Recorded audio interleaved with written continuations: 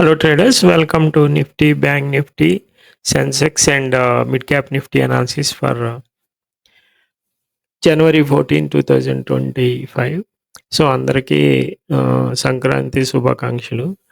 Market అయితే fall everyday fall అవుతున్నది since 4 days. ఈసారి అసలు స్టాక్స్ చాలా పడిపోతున్నాయి. 20%, 25%.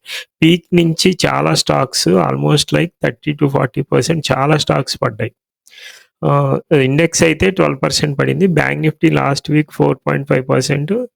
ఓవరాల్గా ఎక్కువ పడింది బ్యాంక్ నిఫ్టీ అనమాట. నిఫ్టీతో కంపేర్ చేస్తే 13% పడింది. Mid cap Nifty, small cap అయితే ఈరోజు 4% పడింది. సో ఇది మనము ఇండెక్స్ వైజ్ అదే సెక్టర్ వైజ్ చూస్తే ప్రైవేట్ బ్యాంక్స్ 1%, మీడియా అయితే అసలు media, construction, consumer durables near to 4%, metals 4%, energy, PSU banks అసలు అది రోజు 3% పడుతున్నది. కన్జంప్షన్, ఆటోమొబైల్ కూడా గివ్ అప్ ఇచ్చింది. ఒక టెంపరీ ఫేక్ మూవ్ లాగా వచ్చింది ఆటోమొబైల్లో. సో ఇండెక్స్ని హోల్డ్ చేసింది, అది పడుతున్నది మళ్ళీ. So health care and pharma కూడా across all sectors almost like ఇక అది ఇది అని కాదు, అన్నీ పడిపోతున్నాయి. ఈ స్టార్స్ కొన్ని అయితే టాప్ గెయినర్స్ ఉన్నాయి, ఇవి స్టార్స్ అనమాట. ఇంక ఇవి పెరిగినాయి అనమాట. అదర్వైజ్ చాలా వరకు 5%, 10%, 4 days కంపేర్ చేస్తే 30-40% పడ్డాయి కూడా. ఇదిగో నిఫ్టీ 500 వచ్చేసి 18 వర్సెస్ 450 కంప్లీట్.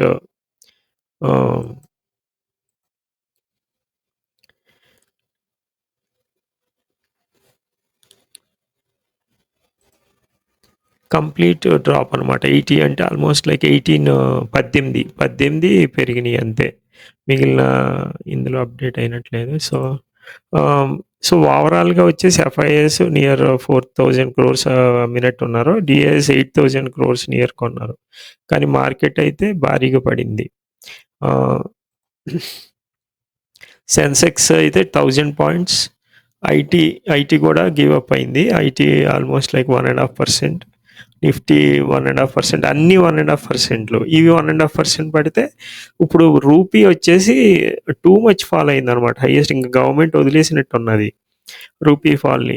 ఎక్కడ ఆపుతున్నట్టు ఎక్కడ కానీ అంటే ఒక్కొక్కసారి ఇంటెన్షనల్గా ఒక 5 years 10 yearsకి అలాగా ఒక డ్రాప్ ఇస్తారు. మరి ఎక్స్పోర్టర్స్కి బెనిఫిట్ అనో లేకపోతే ఏంటో మరి తెలియదు. సో అలాగా ఇంటెన్షనల్గా వదిలేస్తారనమాట రూపీ డిప్రిషియేట్ అవడానికి. సో అలా కనిపిస్తున్నది ఓవరాల్గా. సో అదర్ ఫ్యాక్టర్స్ చూసుకుంటే రోజు డిస్కస్ చేసాయి. బాండ్ డీల్స్ అయితే ఎక్కడ తగ్గట్లా. సో బాండ్ డీల్స్ 4.8 ఆ రేంజ్లో. డాలర్ ఇండెక్స్ నియర్ టు 110 వచ్చేసింది. డో అన్నీ పడిపోతున్నాయి. ఈ రోజు కొద్దిగా పుల్ బ్యాక్ వచ్చింది, చూద్దాం అది కూడా. గ్లోబల్ ఫ్యాక్టర్స్ మళ్ళీ రష్యా మీద శాంక్షన్స్ అనేసరికి క్రూడ్ పెరిగింది. ఇప్పుడు దాకా ఒక ఎత్తు అయితే క్రూడ్ పెరిగేసరికి డాలర్ మన రూపీ మీద ఇంకా ప్రెషర్ పడింది అనమాట. ఎప్పుడైతే క్రూడ్ పెరిగిందో 2 days నుంచి రూపీ ఒకేసారి లోయెస్ట్కి వెళ్ళిపోయింది అనమాట. ఈ రోజున ఆల్మోస్ట్ లైక్ 60 cents పడిపోయింది, 60 పైసా. సో అలా మ్యాసివ్గా పడుతున్నాయి అనమాట. ఓవరాల్గా మన పిఈ వచ్చేసి నియర్ టు 21 ఉంది. ఈపీఎస్ ఏదైనా Q3 రిజల్ట్స్ మంచిగా వస్తే అప్పుడు ఏమన్నా కొద్దిగా ఈపీఎస్ పెరిగి సపోర్ట్ చేస్తుందేమో. అదర్వైజ్ ఇంకా ఒక పుల్ బ్యాక్ వచ్చినా సెల్ ఆన్ రైజ్ లాగానే కనిపిస్తున్నది. ఓవర్ సోల్డ్ కండిషన్ ఉంది కాబట్టి కొన్ని షార్ట్స్ బుక్ చేస్తారు. సో ఒక 500-600 points ఒక ర్యాలీ ఉంటుంది ఈ వీక్ కానీ నెక్స్ట్ వీక్ కానీ. But overall next till budget దాకా, బడ్జెట్లో ఏదైనా బ్యాట్ చేస్తే మళ్ళీ కన్సాలిడేషన్ ఆర్ టైం కరెక్షన్ అవుతుంది. బట్ ఫాల్ అయితే కంటిన్యూ అవుతుంది అనమాట. సో బడ్జెట్ మంచిగా ఉండాలి ఈసారి. సో అది నెక్స్ట్ 3 weeks వచ్చేసరికి మనకి ట్రంప్ పొజిషన్ తీసుకుంటున్నాడు. రెసిప్రోకల్ ట్యాక్సెస్ ఎలా వేస్తాడో తెలీదు. సో అవి plus dollar index, Fed, US bonds ఎందుకు పెరుగుతున్నాయంటే 10-year బాండ్ ఈల్డ్ యుఎస్ది ఫెడ్ రేట్ కట్ ఉండకపోవచ్చు అని 2025కి అని ఒక మార్కెట్ ఎక్స్పెక్టేషన్ ఉన్నది. బికాజ్ జాబ్ డేటా బాగా వచ్చింది కాబట్టి. సో ఇంకా పీపీఐ డేటా ఉన్నది, ఇంకా లైనప్ ఉన్నాయి. మన ఇన్ఫ్లేషన్ పాజిటివ్ ఏంటంటే మనకు కొద్దిగా 1 point పాజిటివ్, ఇన్ఫ్లేషన్ తగ్గుతున్నది. 5.22 డిసెంబర్కి వచ్చిందనమాట. కొద్దిగా రిలీఫ్ అది అంతే మ్యాక్రో ఎకనామిక్ డేటాలో. అదర్వైజ్ ఇంకా అన్ని నెగిటివ్సే ఉన్నాయి. బిగ్గెస్ట్ నెగిటివ్ ఏంటంటే క్రూడ్ బాగా పెరుగుతున్నది. సో ఇది డబుల్ ఇంపాక్ట్ అనమాట. డాలర్ ఎఫ్ఐఎస్ కంటిన్యూగా అమ్ముతున్నారంటే డాలర్ అడ్జస్ట్మెంట్ రెవెన్యూస్ డాలర్ పెరుగుతుంది కాబట్టి డాలర్ అడ్జస్టెడ్ రెవెన్యూస్ వాళ్ళకి ఫేవరబుల్గా లేవు. సో అది రీజన్ అనమాట. సో గ్లోబల్ మార్కెట్స్ చూద్దాం.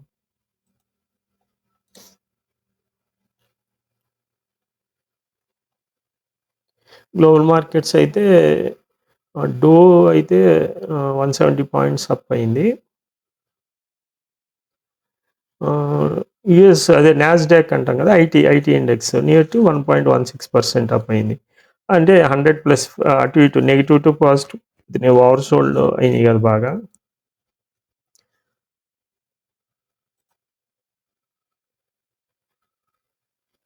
సో ఇది బిఫోర్ ఇంకా చార్ట్స్ చూసే ముందు ఇది జస్ట్ ఫ్రీ యూట్యూబ్ ఛానలే, మీరు మనీ ఎవరికి కట్ అవసరం లేదు, అన్నీ ఫ్రీగానే నేర్చుకోండి, ఈజీగానే ఉంటాయి. కాకపోతే ఎఫర్ట్ పెట్టాలి. పెయిడ్ కోర్సెస్ కోసం వాళ్ళ దగ్గర వీళ్ళ దగ్గర అదంతా ఫేక్. సో అలా ఏం నేర్చుకోవద్దు. నాకు వీలైనప్పుడల్లా ఏదైనా క్వరీ చేస్తే దాన్ని బట్టి ఆన్సర్ చేస్తాను, అంతేగాని నా స్టైల్లో నేను చేసుకుంటా పోతున్నాను, ఫ్రీగానే షేర్ చేస్తాను. ఇప్పుడు కొన్ని తక్కువ నాలెడ్జ్ టెక్నికల్ వీడియోస్ అవి తక్కువే పెడుతున్నా, ఓన్లీ ఇండెక్స్ అనాలిసిస్. కానీ ఇన్ ఫ్యూచర్లో పెడతాను. సో డబ్బులు వీళ్ళకే పెడతాం, వాళ్ళకే రాదు. సో వాళ్ళ దగ్గర నేర్చుకునే ఉపయోగం ఉండదు. So free courses, I mean paid courses అవేమి ఎవరి దగ్గర జాయిన్ అవ్వద్దు. డబ్బులతో పెట్టడం తప్ప ఏముండదు, మీకు ఏం రాదు. సో అది. సో ఈ అనాలిసిస్ నచ్చితే కనుక please like, share and subscribe my stock option analysis channel. అలాగే ఫ్రీ టిప్స్ అవేమీ తీసుకోవద్దు ఎవరి దగ్గర. మీ సెటప్ అది చూసుకుని ఒకసారి తీసుకోండి, ఎందుకంటే మార్కెట్ బాగా పడుతున్నది. ఎవరు పడితే వాళ్ళు ఇచ్చేస్తూ ఉంటారు ఇప్పుడు ఇక. సో ఈ 2025 స్టాక్స్ అని అలాగా చూడండి, అన్నీ ఆల్మోస్ట్ లైక్ అన్ని ఫండ్ హౌసెస్ చాలా ఇచ్చినాయి. అవన్నీ ఎంత డ్రాప్ అయిపోయినాయో.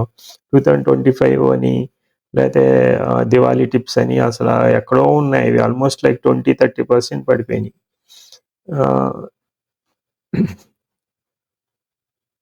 సో వాళ్ళు ఏంటంటే డిస్ట్రిబ్యూషన్ చేస్తారు, రీటైలర్స్ దగ్గర డిమాండ్ సప్లై క్రియేట్ చేసి డిస్ట్రిబ్యూషన్ చేస్తారు అనమాట. సో అది నేను ఒకసారి చెప్తాను ఇదివరకు కూడా, మళ్ళీ ఒకసారి రిమైండ్ చేస్తున్నా. ఎంటర్ అయ్యేటప్పుడు కొద్దిగా మనకి వాల్యుయేషన్ అయితే కరెక్ట్గా ఉందా, మంచి సపోర్ట్ డిమాండ్ జోన్లో ఉందా చూసుకునే తీసుకోవాలి, అంతేగాని వాళ్ళు చెప్పారని తీసుకుంటే స్ట్రక్ అవుతాం హైయర్ లెవెల్లో. సో అది ఇప్పుడు ఇక కరెక్షన్ అయినాయి. ఏదైనా పుల్ బ్యాక్ వచ్చినా సెల్ అండ్ రైజ్ లాగానే ఉంది, ఎందుకంటే ఎకనామిక్ మ్యాక్రో ఎకనామిక్ ఇండికేటర్స్ ఏవి సపోర్ట్ చేయట్లేదు. అవి రివర్స్ అయితే తప్ప మనం కన్సిడర్ చేయకూడదు. కానీ ఎవరైనా ఇన్వెస్ట్మెంట్ చేయాలి అనుకుంటే మంచి స్టాక్స్ పడ్డాయి కాబట్టి ఒక 30-40% ఇక్కడ, మళ్ళీ ఇంకో 5% పడితే అలా మంచి స్టాక్స్ పెట్టుకోవచ్చు అనమాట. నిఫ్టీ చూద్దాం, డైలీ చార్ట్. సో ఇక్కడ ఒక ట్రెండ్ ఇలాగ డౌన్ సైడ్ పడతా ఆల్మోస్ట్ లైక్ ఎప్పుడైతే క్రూడ్ పెరిగిందో ఈ బాండ్ లీడ్స్ ఆల్రెడీ బ్రేక్అవుట్ హైలో ఉన్నాయి. సో క్రూడ్ పెరిగేసరికి ఇంకా ఎక్స్ట్రా బర్డెన్ అయిపోతుంది. ఇన్ఫ్లేషన్ ఇవన్నీ చాలా చేంజెస్ వచ్చేస్తాయి. ఎక్స్ట్రా మనీ పెట్టాలి, మనకి ఫారెన్ కరెన్సీ ఖర్చు అయిపోతూ ఉంటుంది. సో ఇంకా అది నెగిటివ్ అనమాట బాగా. సో దానివల్ల ఇంకా పడిపోయినాయి ఇవి. చూడండి, ఒక సపోర్ట్ కింద ఉండేది కదా ఇక్కడ, ఆల్మోస్ట్ లైక్ ఇది ఎలక్షన్ అప్పుడు లో అనుకుంటా. అవునవును, ఎలక్షన్ అప్పుడు ఇది రికవర్ అయిన తర్వాత అది. సో ఇది టచ్ అయినా ఆశ్చర్యం లేదన్నాడు. ఇక్కడ కనుక బ్రేక్ అయితే 22,700. సో ఈ ఎలక్షన్లో టచ్ అయ్యే అవకాశం ఉందన్నమాట.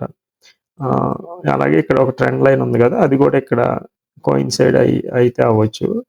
చూద్దాం ఫర్దర్. ఇది బ్రేక్ అయితే 22,700 అది బ్రేక్ అయితే ఆల్మోస్ట్ లైక్ 21,700 అండ్ 21,000 దాకా వచ్చే అవకాశం ఉంది.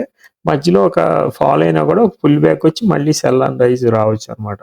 అన్లెస్ ఇలాగే ఎందుకంటే లాంగ్ టర్మ్ కంటిన్యూ అవుతున్నది. ఈ బాండ్ ఈల్డ్స్, రూపీ డిప్రిసియేషన్ కంటిన్యూస్‌గా పడిపోతున్నది. 87 దగ్గరికి వచ్చేసింది. 87 ఇప్పుడు ఇక్కడ స్టాప్ చేయకపోతే ఆర్బీఐ యాక్షన్‌లోకి దిగట్లా. డాలర్స్‌ని బై చేయట్లా. లేతే ఉన్న డాలర్స్‌ని సెల్ చేయట్లా ఉన్నదే. రిజర్వ్ రిజర్వ్ డాలర్స్ ఉంటుంది కదా! సో, అవి సెల్ చేయట్లేదు. సెల్ చేస్తే అప్పుడు కంట్రోల్ అవుద్ది. జనరల్‌గా అలా చేస్తారు, చేయట్లా. సో, సంథింగ్ డిప్రిషియేట్ అవ్వాలని అలా వదిలేస్తున్నారనుకుంటా. ఆర్బీఐ నుంచి సపోర్ట్ లేదు. లేదా ట్రంప్ పొజిషన్ తీసుకునే వరకు ఏం సపోర్ట్ ఉండదేమో. అక్కడి నుంచి ఆ సిట్యుయేషన్ చూసి చేస్తారు. సో, ఇది ఇలాగే కంటిన్యూ అయితే 87, 87.5కెళ్ళే అవకాశం ఉందనమాట. సో, అప్పటిదాకా ఎఫ్ఐస్ కంటిన్యూస్ సెల్ చేస్తూనే ఉంటారు. సో, డీఏఎస్ ఈరోజు డబుల్‌గా అమౌంట్ కొన్నారు. కానీ ఉపయోగం ఏంటి? ఎక్కడ మార్కెట్‌నయితే ఫాల్‌ని కంట్రోల్ చేయలేకపోయారు. నియర్ టు 350, 360 పాయింట్స్ పడిపోయింది Nifty. Closing 345 Sensex 1000, bank Nifty అయితే నియర్ టు 700 పాయింట్స్. సో, ఇది బ్యాంక్స్ అయితే అలా కంటిన్యూస్ ఫ్రీ ఫాల్. ఎందుకంటే బాండ్ డీల్స్ వాళ్ళకి నెగెటివ్ అది. మెయిన్ ఎఫెక్ట్ అయ్యేది సెక్టర్ బ్యాంకింగ్. సో, ఇక్కడ సపోర్ట్ ఉంది. ఏదైనా పుల్ బ్యాక్ వచ్చినా కూడా సెల్ ఆఫ్ అవ్వచ్చు అనమాట డైలీ ఇది. సెన్సెక్స్ చూద్దాం. సెన్సెక్స్ కూడా అంతే. అసలు బిగ్ గ్యాప్ డౌన్ అయ్యి ఒక డిమాండ్ జోన్ దగ్గరికి వచ్చింది. ఇక్కడ 75,000 ఈజీగా టచ్ అవుద్ది ఇక్కడ హోల్డ్ చేయకపోతే. Bank Nifty.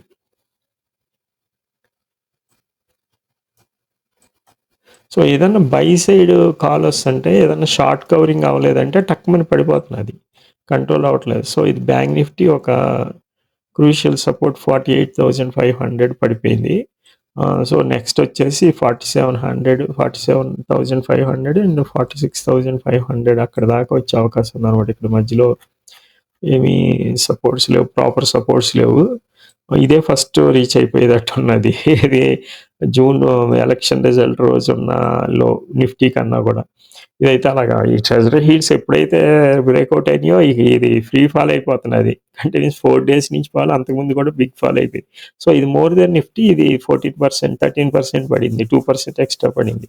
ఆల్మోస్ట్ లైక్ ఒక 1000 పాయింట్స్ ఎక్స్ట్రా ఇది పడిందనమాట. ఆల్రెడీ పెరిగిందే తక్కువ.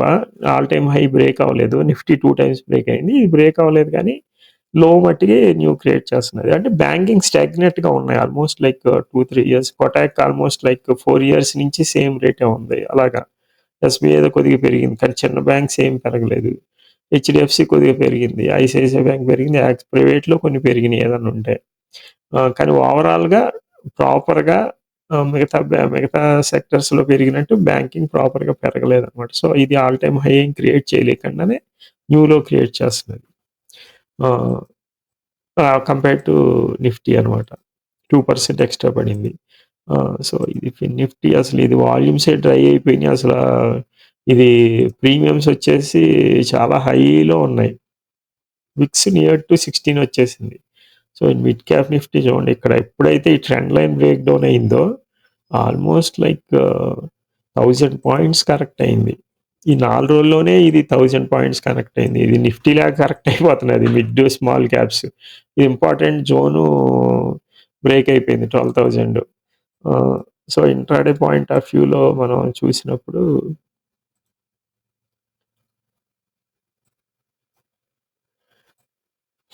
ఇంట్రాడే పాయింట్ ఆఫ్ వ్యూలో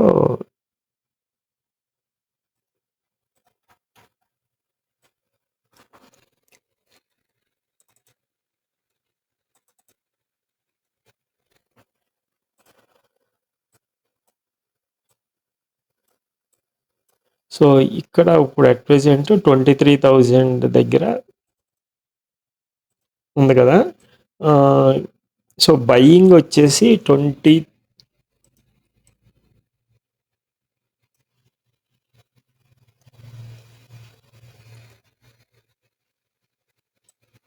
ఇది ఒక జోన్ అనమాట. ఈ జోన్‌లో ఎక్కడన్నా ఒక బయింగ్ రావచ్చు.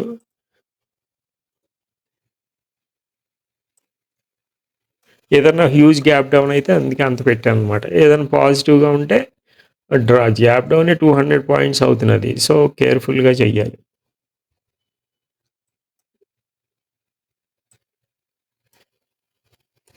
అన్లెస్ ఇదేదన్నా ఒక షార్ట్ కవరింగ్ వస్తే సస్టైన్డ్ షార్ట్ కవరింగ్ వస్తే కొన్ని షార్ట్స్ అన్న కవర్ చేస్తారు. సో ఇది బయింగ్ ఒకటే ఇది. అన్లెస్ ఏదన్నా వెళ్ళిపోతే తప్ప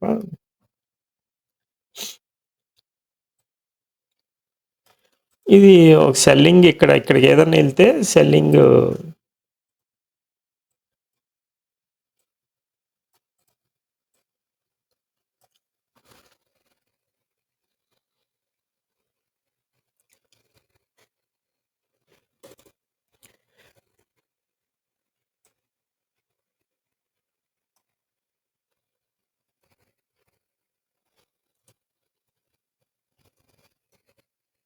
సో ఇది కీ లెవెల్స్ వచ్చేసి 23 22,950 22,950 23,120 23,190 23,280. సో ఇది సెల్ అండ్ రైజ్ అవుతున్నది. సో ఇక్కడ ఈ ఏరియాలో మళ్ళీ ఒక సెల్ కాల్ రావచ్చు.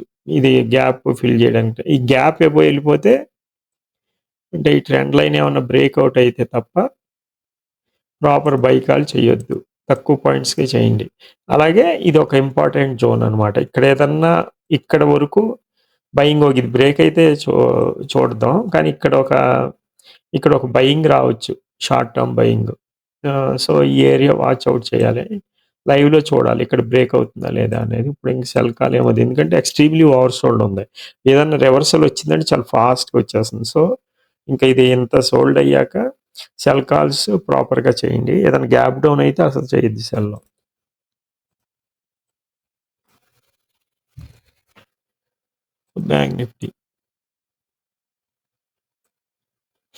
బ్యాంక్ నిఫ్టీ కూడా near to important support zone break అయింది. మళ్ళీ ఒక నెక్స్ట్ డిమాండ్ జోన్ ఉన్నది.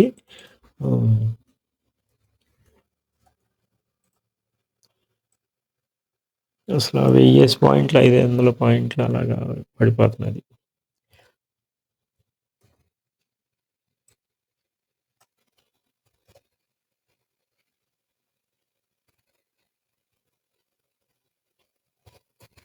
ఈ జోన్లో ఏదన్నా వస్తే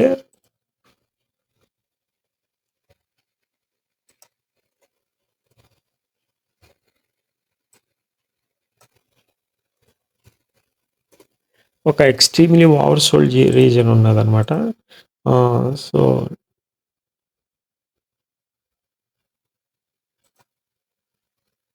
ఇది బ్రేక్ అయితే ఇంకా సెల్లింగ్ అవాయిడ్ చేసేయండి. ఎందుకంటే ఎప్పుడన్నా రివర్స్ అయితే ఇంత సెల్ ఆఫ్ వచ్చాక ఏదన్నా చిన్న రివర్స్ రావచ్చు చెప్పలేము. టెక్నికల్ రివర్స్ కూడా వస్తుంది.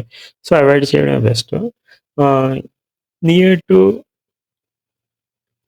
ఈ రేంజ్ 48,500 రేంజ్ ఫస్ట్ వస్తే ఇది చేసిన తర్వాత కాదు ఈ ఏరియా 48,500 నియర్ అంటే లైవ్లో చూసుకోండి. ఎందుకంటే ఇది ఎక్స్ట్రీమ్లీ ఓవర్ సోల్డ్ ఉన్నది.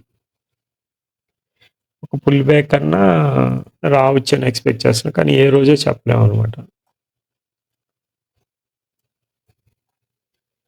టెక్నికల్ బౌన్స్ కూడా రావచ్చు. సో సపోర్ట్ వచ్చేసి 47,710 48,100 48,264 48,450. సో ఇది సెన్సెక్స్ చూద్దాం.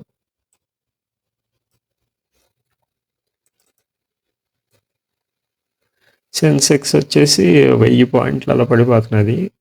ఆల్మోస్ట్ లైక్ 76 అంటే మామూలుగా అనుకున్నాం. ఇప్పుడు 72 అలా కూడా వచ్చిన అవకాశం ఉంటుంది. 71 72 కూడా. సో నియర్ ఇది 76,000 దగ్గర ఒక బై. టార్గెట్ వచ్చేసి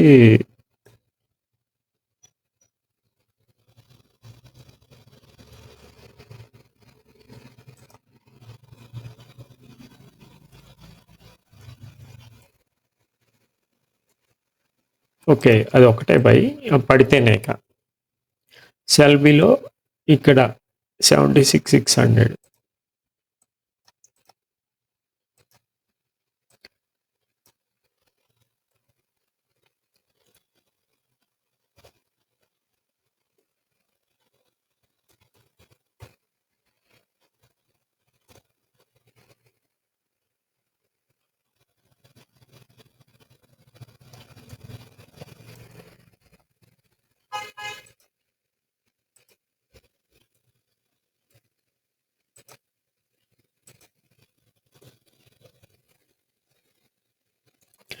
ఓకే. టా ఇది కీ లెవెల్స్ వచ్చేసి 76,000 ఎక్స్‌ట్రీమ్‌లీ కీ లెవెల్ అది. 76,400, 76,700 అండ్ 76,900. సో, ఇది సెన్సెక్స్. మిడ్ క్యాప్ నిఫ్టీ చూద్దాం.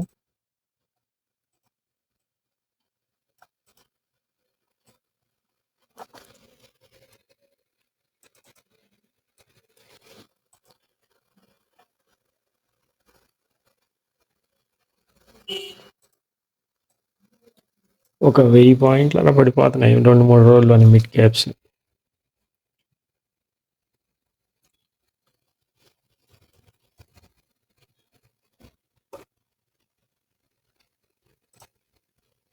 అరౌండ్ 600 దగ్గర. టార్గెట్ వచ్చేసి నెంబర్ మార్చాల్సి వస్తున్నది 1000 పడుతుంటే అంతే. సో, ఇది బిలో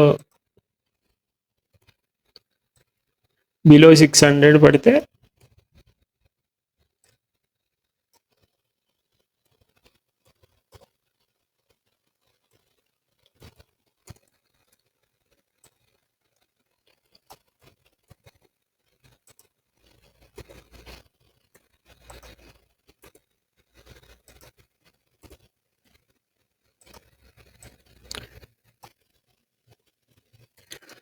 స్టాప్ లాస్ 25 పాయింట్స్. ఇది కీ లెవెల్స్ వచ్చేసి 11,675, 11,870, 11,970, 12,050. సో, ఇది ఓఏ చూసేద్దాం క్విక్గా. ఓఏ ఎక్స్ట్రీమ్లీ ఓవర్ సోల్డ్ ఉంది. సో, సిఈ చేంజ్ వచ్చేసి బాగా యాడ్ చేసేసారు. సో, ఇది మ్యాక్స్ లెవెల్ వచ్చేసి 23,250. సో, 23,200 ఒక అప్ సైడ్ వెళ్ళాలంటే ఇది బ్రేక్ చేయాలి. స్ట్రాంగ్ సపోర్ట్ వచ్చేసి 23,000 ఉంది. 250, 200 తీసేస్తే స్ట్రాంగ్ వచ్చేసి 300 ఉంది. సో, ఇది రేపు సెన్సెక్స్ ఎక్స్‌పైరీ. సో, కేర్‌ఫుల్‌గా చేయాలి. నిఫ్టీ కూడా ఇది అయితే 0.54 మంత్లీ ఎక్స్‌పైరీయే 0.54 ఉందంటే ఏదన్నా రివర్సల్ వచ్చిందంటే మాక్సిమం ఇందులో మంత్లీ అంటే మంత్లీలో జనరల్‌గా అది చాలా లో. 0.45 అనేది ఇది లాస్ట్ ఈ మంత్ అనుకుంటా. ఎక్స్‌ట్రీమ్‌లీ లో చూసాం మనం. ఈ 0.38 దగ్గర నిఫ్టీకి. అది ఎప్పుడో 4 ఇయర్సో, 3 ఇయర్స్ బ్యాకో చూసాం. మళ్ళీ అలా వచ్చేటట్టున్నాయి. సో, 0.5 అనేది ఎక్స్‌ట్రీమ్‌లీ ఓవర్ సోల్డ్. ఇంకేదన్నా ఫాల్ అయితే అదొక స్ట్రాంగ్ బౌన్స్ వచ్చే అవకాశం ఉంటుందనమాట. స్ట్రాంగ్ బౌన్స్ అంటే ట్రెండ్ చేంజ్ చేసేదట్టే కాదు. ఇంట్రాడే ఒక 1 డేలో, 1 ½ డేలో, 2 డేస్ లోపు ఒక స్మాల్ షార్ట్ కవరింగ్ లాగా వస్తుందనమాట. సో, ఇది మంత్లీ గదా! ఇది 48,000 దగ్గర స్ట్రాంగ్‌గా ఉన్నది. కానీ చేంజ్ ఇన్ ఓఏ మట్టికి సీఈ యాడ్ చేశారు. అంతకుముందు ఓల్డ్‌ది కాబట్టి ఇది. సో, ఇక్కడ స్ట్రాంగ్ సపోర్ట్ 49,000 అండ్ ఇన్ మిడ్‌లో 48,500 దగ్గర యాడ్ చేశారు. ఇది ఎక్స్‌ట్రీమ్‌లీ ఓవర్ సోల్డ్. ఏదన్నా ఫాల్ 500 ఫాల్ అందులో వచ్చిందంటే కంపల్సరీగా రివర్సల్ వస్తుంది. ఏదో టైంలో ఈ వీక్‌లోనే లేకపోతే నెక్స్ట్ వీక్‌లోనే. ఇది మంత్లీ ఎక్స్‌పైరీ కాబట్టి సో, అది ఒక 0.5554 పీసీఆర్ అనేది బాగా ఓవర్ సోల్డ్ అనమాట. ఏదన్నా ఒక లెవెల్ బ్రేక్ అయిందంటే చాలా ప్రెషర్ క్రియేట్ చేస్తుంది సీఈ షార్టర్స్ మీద. 0.6 ఫిన్ నిఫ్టీ ఇది చూడట్లేదు అసలు వాల్యూమే లేదు ఇందులో. 0.7 ఇది కూడా ఓవర్ సోల్డ్. ఇక్కడ వచ్చేసి 12,000 బిలో ఎళ్ళింది గదా! పాత ఓఏ ఉన్నది. అది కూడా పెద్ద లేదు. -13, 34 ఉంది. 12,000 ఉంది. సో, ఐ మీన్ ఓల్డ్ ఉన్నది. ఎగ్జిట్ అయినది 1,300, 4,588 కొత్తగా యాడ్ చేశారు లాట్స్ అది. సో, ఇక్కడ బానే యాడ్ చేశారు. అందుకే బిలో పడింది. కానీ ఇంకా ఇది ఎక్స్‌ట్రీమ్‌గా ఉంది. ఇది ఎగ్జిట్ అయిపోవాలి రేపు. ఇది ఎగ్జిట్ అయిపోతే మళ్ళీ సెల్లింగ్‌కి ప్రెషర్ వస్తుంది. తర్వాత 900, 800. సో, ఇది ఓఏ సఫిషియంట్ ఓఏ ఉన్నది. మంత్లీ ఎక్స్‌పైరీ కాబట్టి సో, కొన్నాళ్ళు వెయిట్ చేస్తారా? రివర్సల్ అవుతుందని చూస్తున్నారా? కొత్తయి యాడ్ చేసి పైకి తీసుకొస్తారా? చూడాలి. మానిటర్ చేయాలి. ఇది మొమెంటం చాలా ఎక్కువ వస్తున్నది. సో, దానివల్ల ఏంటంటే ఏదన్నా యాడ్ చేశారంటే ఇవన్నీ అసలా ఎక్స్‌ట్రీమ్‌గా మూవ్ అయిపోతా ఉంటాయి. ఒక 2, 3 డేస్‌లో బాగా మూవ్ అవుద్దనమాట. సో, ఇది ఓవరాల్‌గా ఆహ్, ఆహ్, సో, పడుతున్నది కాబట్టి కేర్‌ఫుల్‌గా చేయండి. ఏదన్నా ఇన్వెస్ట్‌మెంట్ ఏదన్నా ఉందంటే పార్షియల్‌గా పెట్టుకోవాలంతే. ఎందుకంటే ఇంకా పడే అవకాశం ఉన్నది. ఒక కీ ఇండికేటర్స్ ఏమి, ఎకనామిక్ ఇండికేటర్స్ ఏమి ఇంకా రివర్సల్ సైన్ చూపించలేదు. ఓవర్ సోల్డ్ అయితే అయింది కానీ మళ్ళీ టెంపరరీ పుల్ బ్యాక్ ఇచ్చి అది కూల్ ఆఫ్ చేసి మళ్ళీ పడుద్ది. అలా జరుగుతుంది. సో, అందుకే 100% ఇన్వెస్ట్‌మెంట్ కాకుండా నిఫ్టీ బీస్ గాని, బ్యాంక్ నిఫ్టీ గాని ఒక 30% ఇక్కడ ఒక చేయొచ్చనమాట. ఇంకో 4, 5% వస్తే 70% దాకా చేయొచ్చు అలాగా. తర్వాత ఒక 2, 3% పడితే 100% చేసుకోవచ్చు. అలా చెయ్యాలి. Okay. Good night. Thank you very much. రేపు వీడియోలో చూద్దాం నెక్స్ట్ అనాలిసిస్. అనాలిసిస్ నచ్చితే please like, share and subscribe my stock option analysis channel. Okay. Bye. Good night.